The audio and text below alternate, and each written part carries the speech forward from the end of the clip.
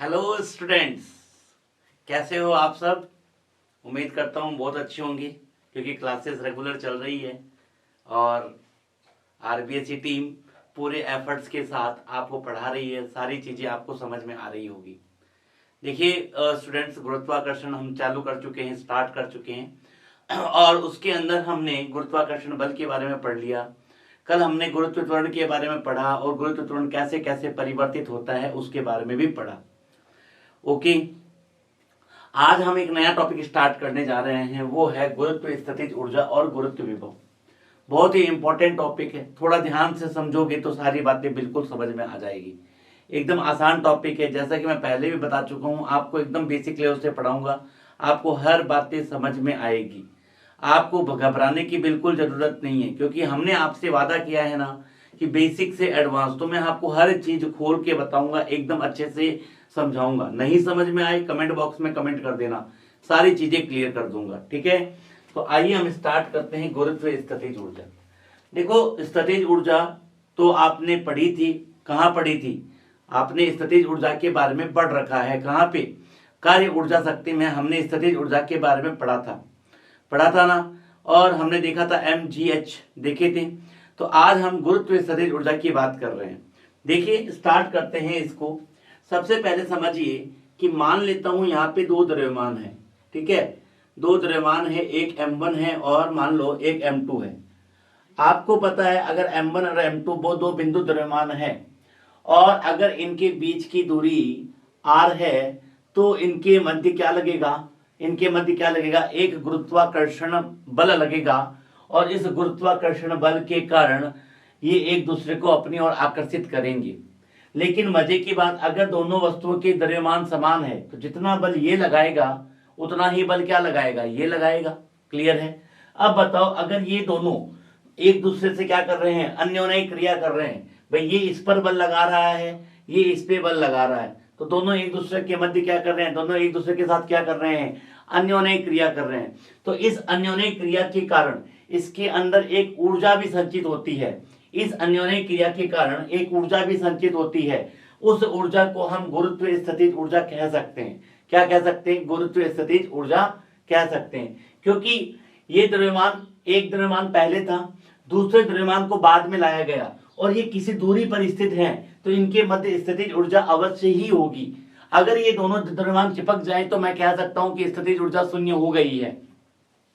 लेकिन सॉरी, अगर अगर अगर मैं कह दूं कि इनके मध्य कुछ ना कुछ दूरी है तो इनके मध्य क्या है? गुरुत्व स्थितिज ऊर्जा है। अभी हम गुरुत्व स्थितिज ऊर्जा के डेरिवेशन को निकालेंगे और इन सारी चीजों को समझेंगे कि ये गुरुत्व स्थितिज ऊर्जा कैसे आती है, द्रव्यमान के अंदर किसी दो आवेशों, दो द्रव्यमानों में गुरुत्व स्थितिज ऊर्जा कैसे संचित होती है, हम उसको यहाँ पे सीखेंगे। ये जो अध्याय है जो गुरुत्व स्थितिज ऊर्जा, मैं आपको बता देता हूं, इलेक्ट्रोस्टैटिक क्लास 12 के पहले अध्याय में, सारी चीजें जो आज पढ़ाऊंगा काम आने वाली है। आज जो पढ़ाऊंगा वो वहां पे काम आने वाली है, एकदम ध्यान रखिएगा। देखिए, हम इसको आगे चलते हैं, मैं पूरा अच्छे से आपको डेफिनेशन के साथ इसको डेराइव करता हूं। देखो, गुरुत्व स्थितिज ऊर्जा क्या कहलाती है? गुरुत्व स्थितिज ऊर्जा ये कहती है किसी भी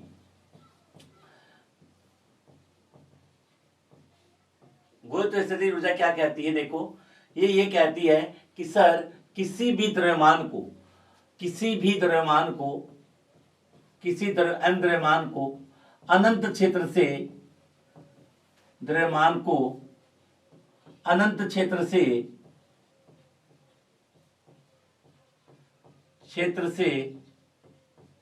किसी गुरुत्व क्षेत्र के अंदर, किसी गुरुत्व क्षेत्र में स्थित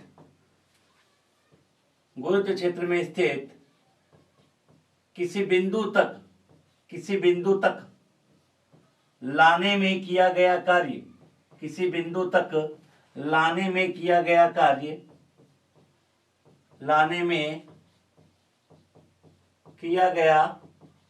कार्य, उस बिंदु पर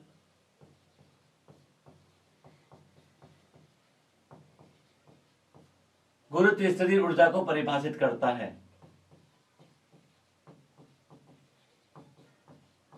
स्थितिज ऊर्जा के रूप में के रूप में संचित हो जाता है। ये जो बात लिखी है ये ही इंपॉर्टेंट बात है। देखो कार्य कब करना पड़ेगा, सबसे पहले देखो क्या कह रहा है कि किसी m द्रव्यमान को अनंत क्षेत्र से किसी गुरुत्व क्षेत्र में स्थित किसी बिंदु तक लाने में किया गया कार्य उस बिंदु पर गुरुत्व स्थितिज ऊर्जा के रूप में संचित हो जाता है। देखो क्या कहना चाह रहा हूं, मान लेता हूं कि यहां पर कोई द्रव्यमान है, यहां पर कोई क्या है, द्रव्यमान है। सुनना ध्यान से, यहां पर कोई द्रव्यमान है m, कोई द्रव्यमान है m, और अनंत क्षेत्र पर स्थित एक छोटा सा द्रव्यमान है, अनंत क्षेत्र पर स्थित कोई एक छोटा सा द्रव्यमान है। आपको पता है कि दो वस्तुओं के मध्य दो द्रव्यमानों के मध्य हमेशा क्या लगता है, गुरुत्वाकर्षण बल लगता है। क्या लगता है, गुरुत्वाकर्षण बल लगता है। कैसा लगता है, गुरुत्वाकर्षण बल। यानी कि ये m द्रव्यमान क्या करेगा, इस m द्रव्यमान को अपनी ओर खींचेगा, m द्रव्यमान को अपनी ओर खींचेगा। जब ये इसको अपनी ओर खींचेगा तो ये द्रव्यमान कहां चला जाएगा, इसके पास चला जाएगा, अपने आप चला जाएगा। लेकिन जब आप इस द्रव्यमान को यहां ला रहे हो तो इंपॉर्टेंट बात यह है कि इसकी गतिज ऊर्जा में परिवर्तन नहीं होना चाहिए। इसकी गतिज ऊर्जा में परिवर्तन क्या होना चाहिए, शून्य होना चाहिए। अगर मैं इस द्रव्यमान को छोड़ दूं तो ये फक से भागेगा इधर या नहीं भागेगा, बताओ। और भागेगा तो इसकी गतिज ऊर्जा बढ़ेगी या नहीं बढ़ेगी, बिल्कुल सर बढ़ेगी। भाई सिंपल सी बात है, सामने कोई द्रव्यमान मुझे खींच रहा है तो मैं उसकी तरफ भागूंगा तो मेरी गतिज ऊर्जा बढ़ेगी। लेकिन गुरुत्व स्थितिज ऊर्जा में डेरिवेशन करते समय हमें क्या ध्यान रखना है कि इसकी स्थितिज ऊर्जा में परिवर्तन नहीं होना चाहिए, इसकी गतिज ऊर्जा में परिवर्तन नहीं होना चाहिए। और अगर इसकी गतिज ऊर्जा में परिवर्तन शून्य होना चाहिए, इसका मतलब हर बिंदु पर इसका जो वेग होता है वो कैसा होना चाहिए, नियत होना चाहिए। अब आप बोल रहे हो सर ये इसको आकर्षित कर रहा है तो ये क्या होगा, द्रव्यमान भागेगा, एकदम तेज भागेगा, तो इसकी गतिज ऊर्जा क्या होगी, बढ़ेगी। जैसे सोचो ये पेन है, इस पेन को छोड़ूं तो पृथ्वी से क्या कर रही है, अपनी ओर आकर्षित कर रही है या नहीं कर रही है।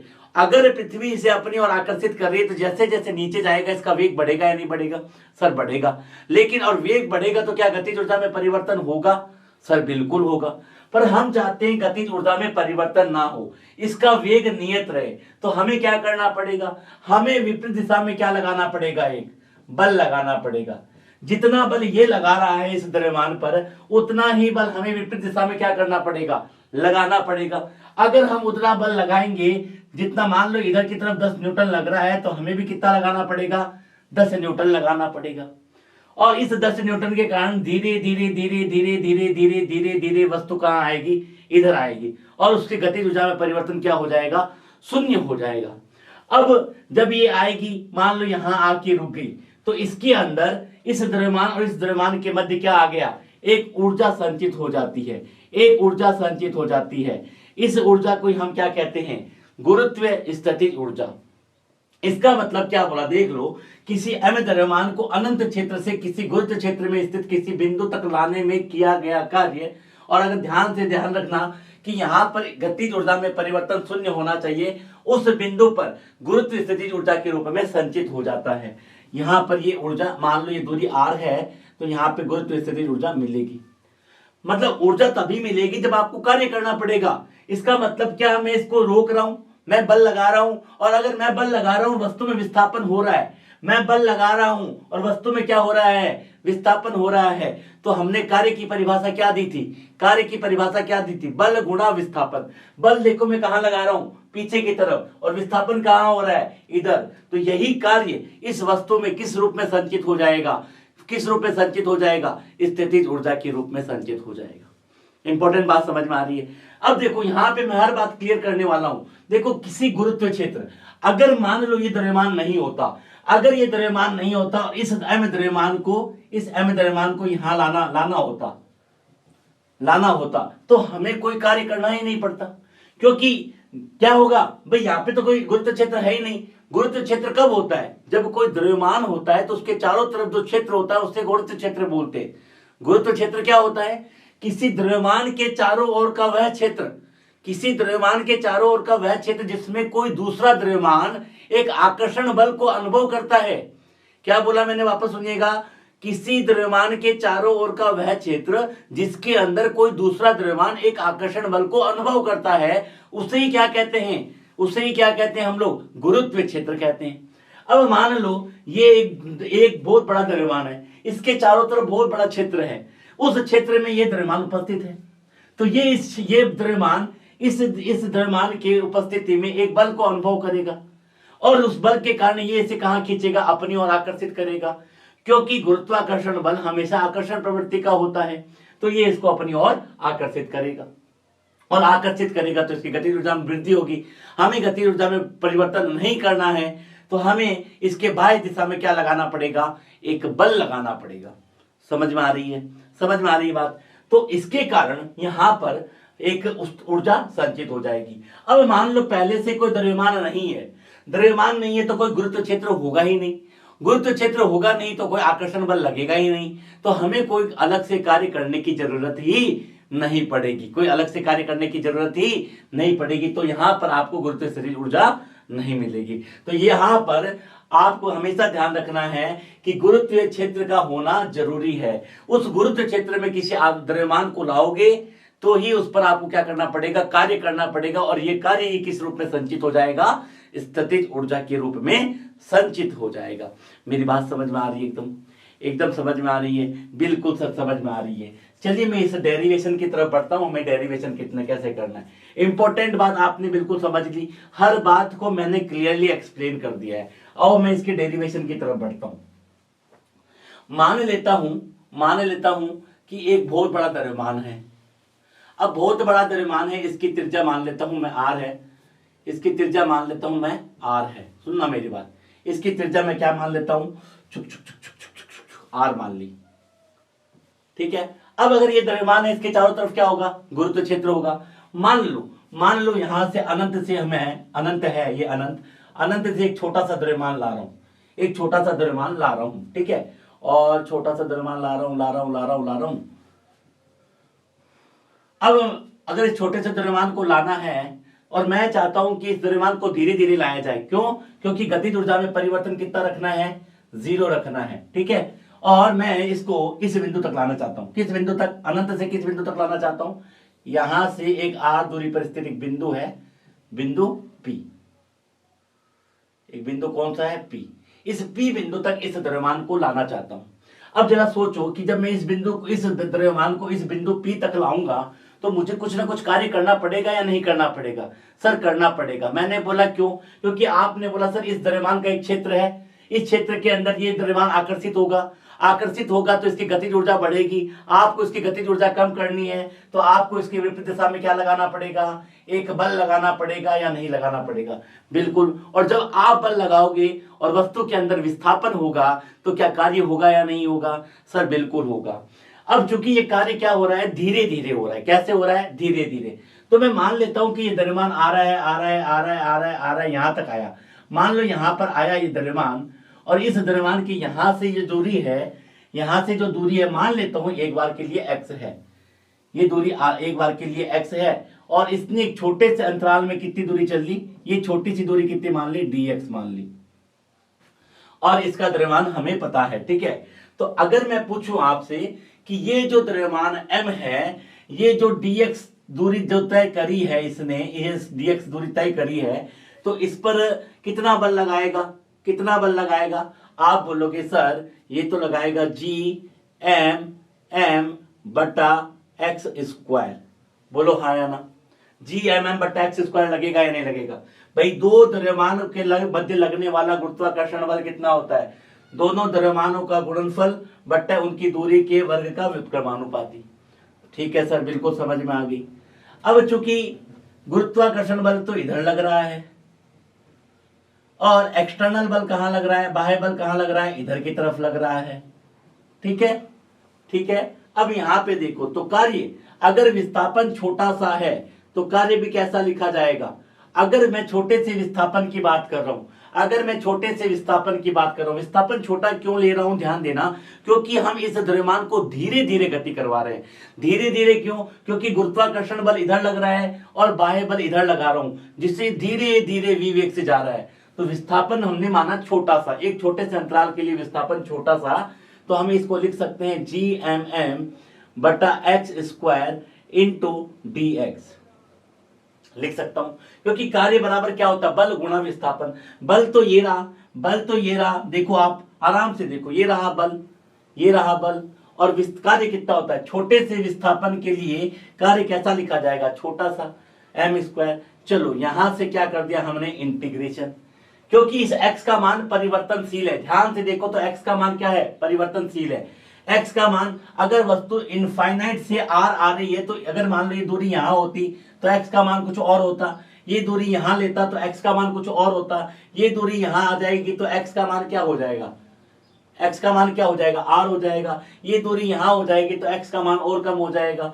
तो आप क्या देख रहे हो कि x का मान लगातार क्या हो रहा है, परिवर्तनशील है। और जब भी कोई राशि परिवर्तनशील होती है तो हमें क्या करना पड़ता है, समाकलन करना पड़ता है। आइए समाकलन करें तो ये हो गया W कहां से कहां ला रहा हूं, अनंत से r दूरी पर, अनंत से कहां ला रहा हूं, r दूरी पे ला रहा हूं। तो चलिए लिमिट लगाइए, अनंत से r लगा दी मैंने।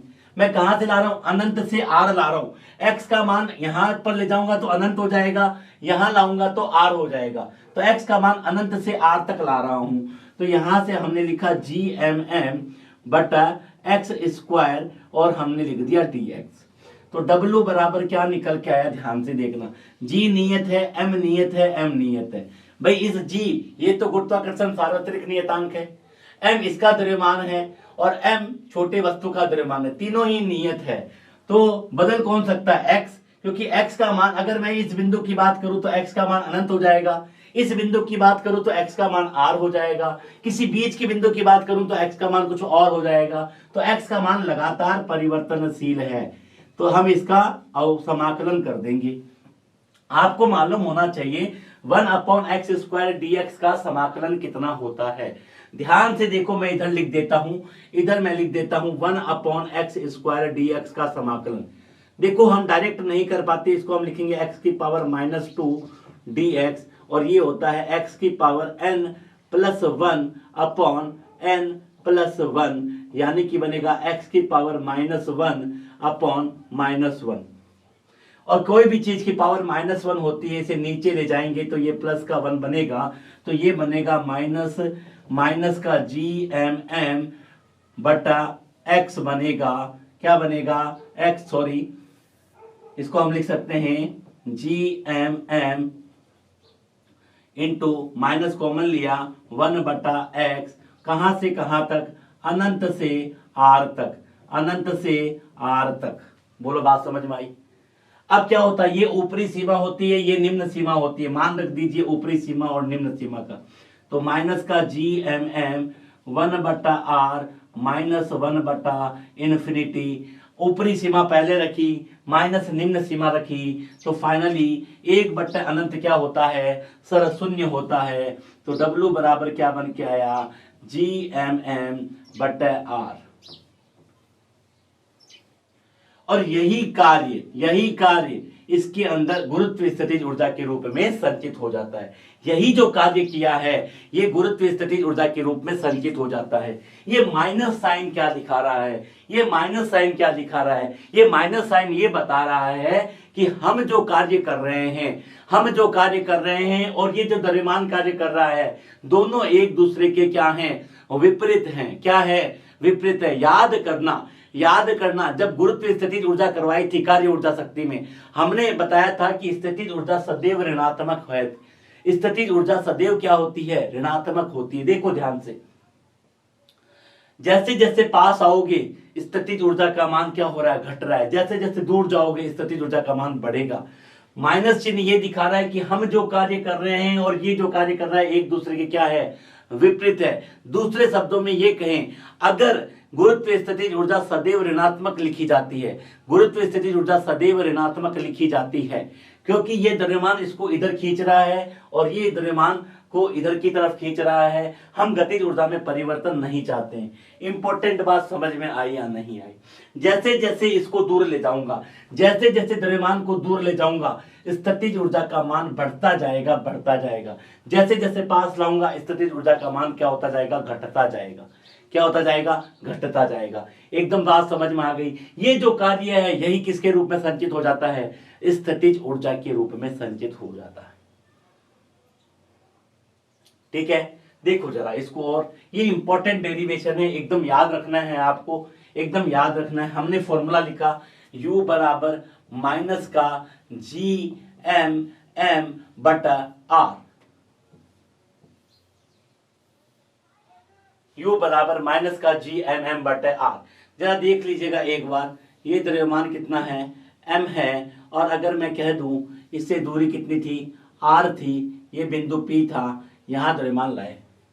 अगर मान लो इस द्रव्यमान को उठा के मैं पीछे ले जाऊं, जैसे जैसे R का मान बढ़ाऊंगा, R का मान बढ़ाऊंगा, वैसे वैसे U का मान क्या होता जाएगा, U का मान ऋणात्मक में घटता जाएगा। देखो आप बोलोगे सर R बढ़ेगा तो U घटेगा, लेकिन U का मान ऋणात्मक में घटेगा, ऋणात्मक में घटेगा। और कोई चीज अगर ऋणात्मक में घटती है तो धनात्मक में वो क्या गिनी जाती है, बढ़ती हुई गिनी जाती है।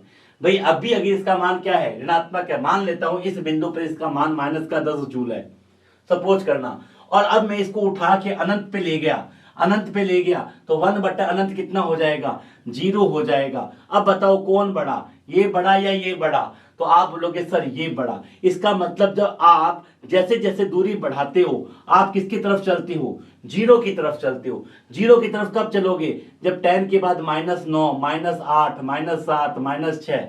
और ऋणात्मक अगर मान घटता है, अगर ऋणात्मक में मान घटता है तो स्थितिज ऊर्जा का मान क्या होता है, बढ़ता है या नहीं बढ़ता, बढ़ता है या नहीं बढ़ता। देखो ऋणात्मक में जो छोटा होता है वो बड़ा होता है, ऋणात्मक में जो छोटा होता है वो बड़ा होता है। इसीलिए जैसे जैसे दूर जाओगे स्थितिज ऊर्जा का मान बढ़ता जाएगा। उम्मीद कर रहा हूं एकदम बात क्लियर हो गई होगी। किसी को भी दिक्कत है तो बोलेंगे, किसी को भी कोई भी तरह की दिक्कत है तो बोलेंगे। एकदम आसान है, एकदम आसान, कोई दिक्कत है। इसी से हमने एक फॉर्मूला पढ़ा है, mgh पढ़ा है, इसी फॉर्मूले से हम mgh भी निकाल सकते हैं। आपको पता है कि हमने फॉर्मूला पढ़ा था U बराबर माइनस का GMM बटा R। जरा सोचना, अगर मैं इस समीकरण को R से गुणा करूं और R से भाग करूं, अगर इस समीकरण को R से गुणा करूं और R से भाग करूं तो ये बनेगा GM बटा R square into M into R। बोलो हाँ या ना बनेगा, बिल्कुल बनेगा। सर GM बट्टे R स्क्वायर को हम क्या लिख सकते हैं, कल बताया था, कल वाले वीडियो को जाके देखो। G बराबर GM बट्टे R स्क्वायर को G लिख सकता हूं या नहीं लिख सकता हूं। अगर मैं सतह पर हूं, अगर मैं सतह पर हूं तो मैं ऐसा लिख सकता हूं, तो अगर मैं सतह पर हूं तो ऐसा लिख सकता हूं। और अगर ये मैं मान लो सतह पर हूं तो मैं इसको ऐसा लिख सकता हूं। तो यहां से ये बनेगा mg इंटू R बनेगा, हाँ या ना बोलो। तो हमने अगर ये सतह पे हूं तो मैं इसको ऐसा लिख सकता हूं। तो इंपॉर्टेंट बात ये समझनी है कि इसको ही हम क्या बोलते हैं, गुरुत्व स्थितिज ऊर्जा बोलते हैं। क्या बोलते हैं, गुरुत्व स्थितिज ऊर्जा बोलते हैं। क्लियर है एकदम। आइए आगे बढ़ते हैं, मैं बात करता हूं गुरुत्व विभव की। गुरुत्व विभव क्या होता है, एकदम आसान है। अगर आपको गुरुत्व स्थितिज ऊर्जा समझ में आ गई तो गुरुत्व विभव को पढ़ना और भी आसान हो जाएगा। सर गुरुत्व विभव क्या होता है, देखो विभव होता है, मैं पहले भी बता चुका हूं, विभव जैसे गुरुत्व स्थितिज ऊर्जा अकेली नहीं होती। स्थितिज ऊर्जा क्या होती है बताया था, स्थितिज ऊर्जा में परिवर्तन होता है, क्योंकि एक बिंदु पर स्थितिज ऊर्जा नहीं बताई जा सकती। ये बात को समझने के लिए कार्य ऊर्जा शक्ति में स्थितिज ऊर्जा को एकदम अच्छे से समझाया गया है, जाके देखना वीडियो, एकदम अच्छे से समझ में आ जाएगा। बात कर रहा हूं गुरुत्व विभव की। गुरुत्व विभव क्या होता है, देखो गुरुत्व विभव ये कहता है किसी एकांक द्रव्यमान को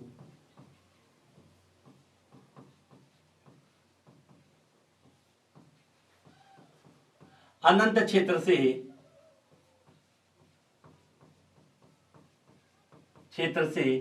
किसी बिंदु तक, अब कौन सा बिंदु, गुरुत्व क्षेत्र में किसी बिंदु तक, कौन सा बिंदु, गुरुत्व क्षेत्र में स्थित किसी बिंदु, गुरुत्व क्षेत्र में स्थित, गुरुत्व क्षेत्र में स्थित किसी बिंदु तक लाने में किया गया कार्य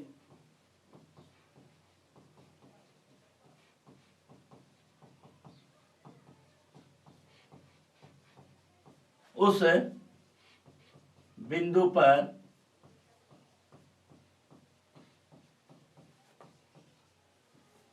गुरुत्वीय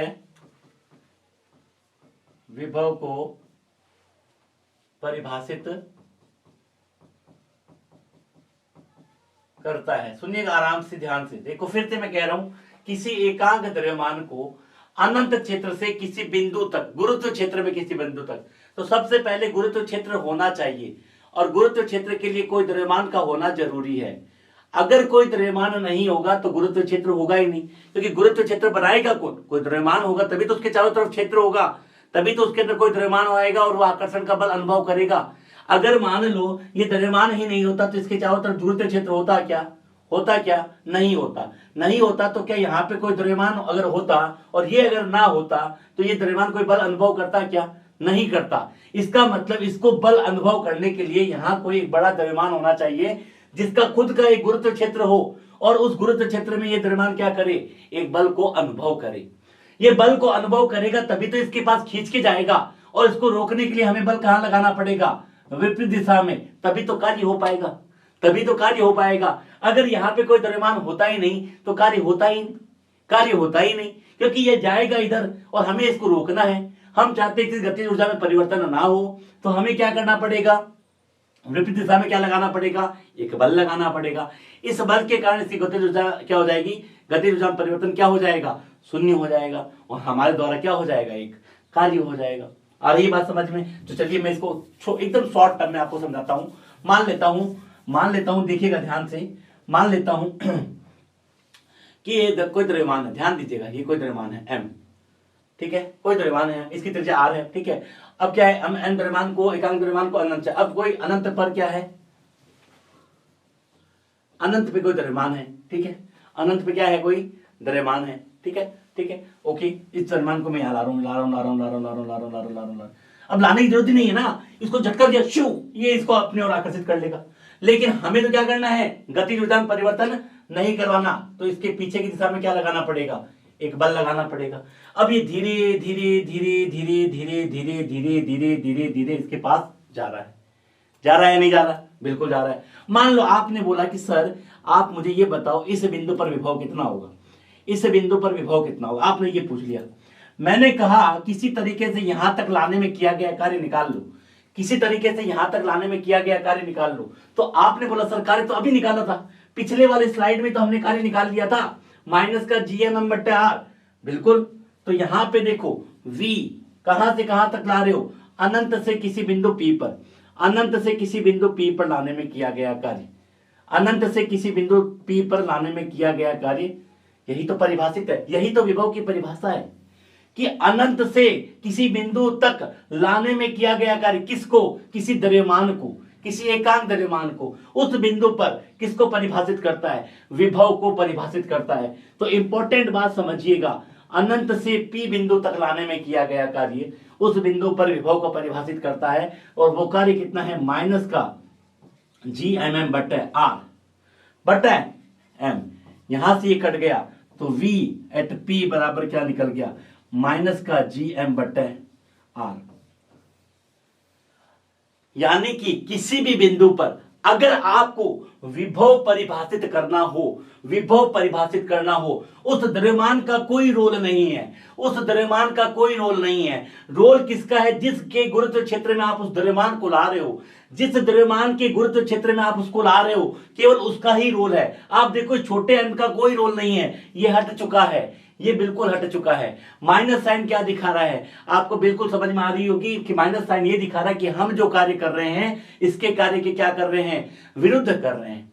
दूसरी इंपॉर्टेंट बात, विभव किसी एक बिंदु पर परिभाषित नहीं किया जाता। विभव के लिए दो बिंदु चाहिए, एक बिंदु ये था और एक बिंदु ये था, क्योंकि मैं द्रव्यमान को कहां ला रहा हूं? यहां से यहां ला रहा हूं, तो यहां पर भी कुछ विभव था और यहां पर भी कुछ विभव था।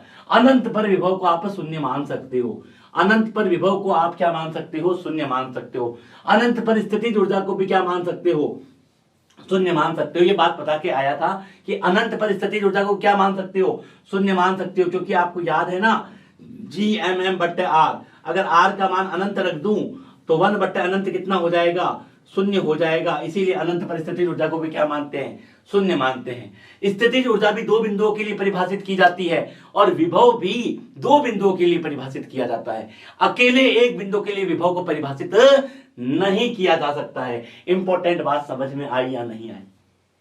तो ये जो माइनस साइन है ये क्या दिखा रहा है, ये इंपॉर्टेंट बात है समझने की, दिमाग के अंदर एकदम डाल लो, एकदम अच्छे से क्लियर हुई या नहीं हुई। अगर ये बिंदु सतह पे आ जाता, अगर ये बिंदु सतह पे आ जाता और यहाँ पे त्रिज्या आर होती तो वीपी बराबर क्या लिखते, माइनस का जीएम बट्टा क्या लिख देता, क्या लिख देता मैं, आर लिख देता। यहां आर उस वस्तु की त्रिज्या आ जाती। बोलो हाँ या ना। चलो एक क्वेश्चन करते हैं और अच्छे से इसको और समझ लेते हैं। मान लो कि एक त्रिभुज है, ठीक है, और इस पर तीन द्रव्यमान है एम एम एम, ये भी एम द्रव्यमान है, ये भी एम द्रव्यमान है और ये भी एम द्रव्यमान है। इन तीनों द्रव्यमान के कारण, और ये समबाहु त्रिभुज है ए और इसके कारण इसके बिंदु पी पर विभव का मान ज्ञात करो। क्या करो, विभव का मान ज्ञात करो। विभव कैसी राशि है मैं बता देता हूं। आपको याद रखना है कि विभव का मान निकालना हम सीख चुके हैं। विभव का मान निकालना है किसी भी बिंदु पर तो हम जानते हैं वीपी बराबर माइनस का जीएम बटा उस द्रव्यमान से जो दूरी है वो लिख देंगे। हाँ या ना बोलो। बिल्कुल सर, ठीक है। अब विभव कैसी राशि है, विभव एक अदिश राशि है तो दिशा का तो कोई रोल होता ही नहीं, दिशा का कोई रोल नहीं होता। आपको बस यहां से इस द्रव्यमान से ये दूरी निकालनी है, इस द्रव्यमान से ये दूरी निकालनी है। ये दूरी कितनी है, ये दूरी कितनी है ये देखना जरूरी है। कैसे निकालते हैं ध्यान दीजिएगा, कैसे निकालेंगे ध्यान दीजिएगा। कैसे निकालेंगे ये दूरी बताओ सर, कोई बता सकता है? अगर ये पूरा ए है तो ये कितना हो जाएगा सर, a/2 हो जाएगा। ये पूरा 60 डिग्री है तो ये कितना हो जाएगा, 30 डिग्री हो जाएगा। बोलो हाँ या ना। मुझे ये दूरी निकालनी है। ये दूरी निकालने के लिए मैं क्या कर सकता हूं, ये देखो आधार है, ये कर्ण है। आधार और कर्ण किसमें आता है, कॉस थीटा बराबर आधार बट्टा कर्ण कॉस थीटा। तो कॉस थीटा कितना है, 30 डिग्री। आधार कितना है, a/2। कर्ण का मान मुझे मालूम नहीं है, ये मुझे निकालना है। मैं इसको x मान लेता हूं, एक बार के लिए x मान लेता हूं, ठीक है। तो x बराबर कितना बनेगा, a/2 cos 30। cos 30 का मान कितना होता है, cos 30 का मान कितना होता है, √3/2 √3/2 ये 2 ऊपर चला जाएगा, 2 से 2 कटा a/√3। इसका मतलब ये दूरी कितनी निकल गई है, a/√3। अगर ये a/√3 है तो सीधी सी बात है ये दूरी भी कितनी आएगी, a/√3 आएगी। ये दूरी भी कितनी आ जाएगी, a/√3 आ जाएगी।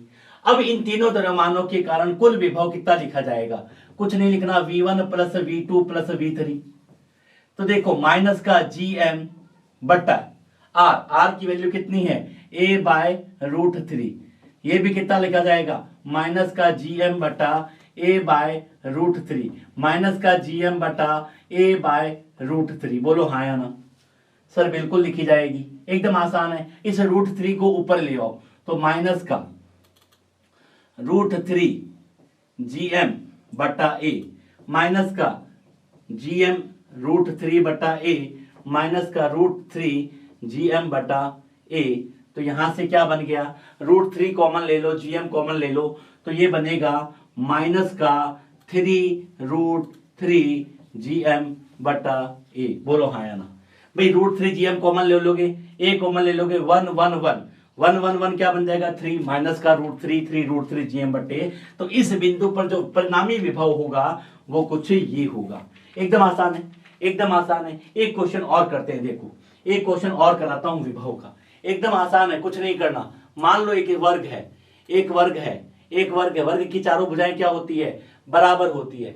वर्ग की चारों भुजाएं क्या होती है, बराबर होती है। ये m है, ये भी मान लो m है, ये भी मान लो m है और ये भी m है, ठीक है। चारों भुजाएं बराबर है और ये a है, ये a है, ये a है और ये है। मैंने कहा केंद्र पर स्थित किसी बिंदु पर विभव का मान ज्ञात करो, केंद्र पर स्थित किसी बिंदु पर विभव का मान ज्ञात करो। आपको किसी एक के कारण विभव निकाल लेना, किसी एक के कारण विभव निकाल लो, दूसरे कारण निकाल लो, तीसरे कारण निकाल लो, चौथा कारण निकालो, चारों को क्या कर दो, जोड़ दो। अब देखो क्या इस द्रव्यमान से ये दूरी बराबर होगी, ये दूरी, चारों दूरियां बराबर होगी, हाँ सर होगी। तो किसी तरीके से एक द्रव्यमान की दूरी निकाल लो, किसी तरीके से एक की दूरी निकाल लो, एक की दूरी निकालो किसी भी तरीके से। ये मान लो दूरी निकालो तो किसी भी तरीके से ये दूरी निकाल लेता हूं, ये दूरी निकालूंगा, ये बराबर आएगी या नहीं आएगी। अब देखो वर्ग का विकर्ण कितना होगा, ये a है ये a है, तो आप पाइथागोरस थ्योरम लगा दीजिए, पाइथागोरस प्रमेय लगाइए, क्या होगा लंब स्क्वायर प्लस आधार स्क्वायर बराबर कर्ण स्क्वायर, ये बनेगा √2a। जब ये पूरा √2 है तो आधा कितना होगा a/√2, a/√2। अब ये a/√2 है तो सिंपल सी बात है कि ये भी कितनी होगी a/√2, ये दूरी भी कितनी होगी, ये दूरी भी कितनी होगी a/√2, और ये दूरी भी कितनी होगी, ये दूरी a/√2। ये √2a इसकी पूरी दूरी थी, ये √2a पूरे विकर्ण की दूरी थी, और a/√2 विकर्ण की केंद्र बिंदु की यहां से दूरी है, केंद्र बिंदु की यहां से दूरी है। अब आपको क्या करना है, इन चारों के कारण निकालना है विभव, v नेट निकालना है। v नेट निकालने के लिए मैं क्या कर सकता हूं, देखना मैं क्या लिख सकता हूं, v1 plus v2 plus v3 plus v4। आपको पता है कैसे निकालते हैं, माइनस का gm बटा a√2, माइनस का gm बटा a√2, दूरियां बराबर है, द्रव्यमान बराबर है, माइनस का gm बटा a√2, माइनस का gm बटा a√2। उम्मीद कर रहा हूं बात समझ में आ रही है, एकदम अदिश राशि ये सीधा जोड़ सकते हो, माइनस gm बटा a√2 कॉमन ले लो तो क्या बचेगा 1 प्लस 1 प्लस 1 प्लस 1, क्या बचेगा माइनस का 4gm बटा a/√2, इस √2 को ऊपर ले आओ, माइनस का 4√2 gm बटा a, ये इसका आंसर आ गया। यानी कि अगर बिंदु P पर कुल विभव निकालना है तो आप इस तरीके से निकाल सकते हो। तो उम्मीद कर रहा हूं आपको मेरी सारी बातें समझ में आ गई होगी, एकदम आसान तरीके से मैंने सारी चीजों को समझाने की कोशिश की है। स्थितिज ऊर्जा को फिर से समझना चाहते हो तो कार्य ऊर्जा शक्ति में जाके स्थितिज ऊर्जा को पढ़ो, एकदम सारी बातें क्लियर हो जाएगी। कोई भी डाउट हो तो कमेंट बॉक्स में कमेंट कर देना, वीडियो पसंद आया तो लाइक करना, चिंता करने की कोई बात नहीं है, सिलेबस पूरा टाइम पे कंप्लीट होगा, और आपके जो चैप्टर्स है, जो भी नोट्स हैं, वो आपको आरबीएससी ऑनलाइन क्लासेस की ऐप पे मिलते रहेंगे, चिंता करने की बात नहीं है। थोड़ा सा पेशेंस रखिए, हम पर भरोसा रखिए, हम आपके भरोसे को बरकरार रखेंगे। धन्यवाद क्लास, आज की क्लास को मैं यही कंक्लूड करता हूं। Thank you.